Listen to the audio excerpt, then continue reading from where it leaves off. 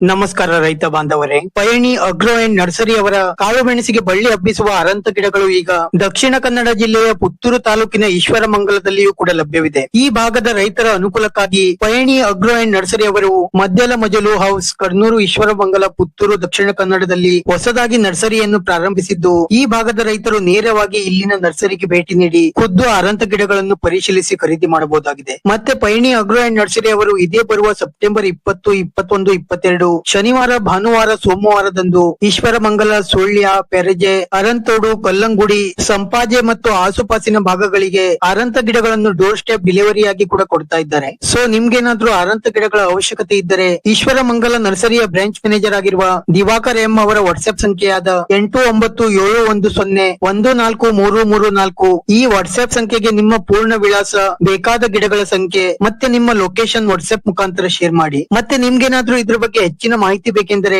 Screen ಮೇಲೆ ಇರುವ ನಂಬರ್ಗೆ ಕರೆ ಮಾಡಿ ಎಲ್ಲಾ ಮಾಹಿತಿಯನ್ನು ಕೂಡ ಪಡೆದುಕೊಳ್ಳಬಹುದು.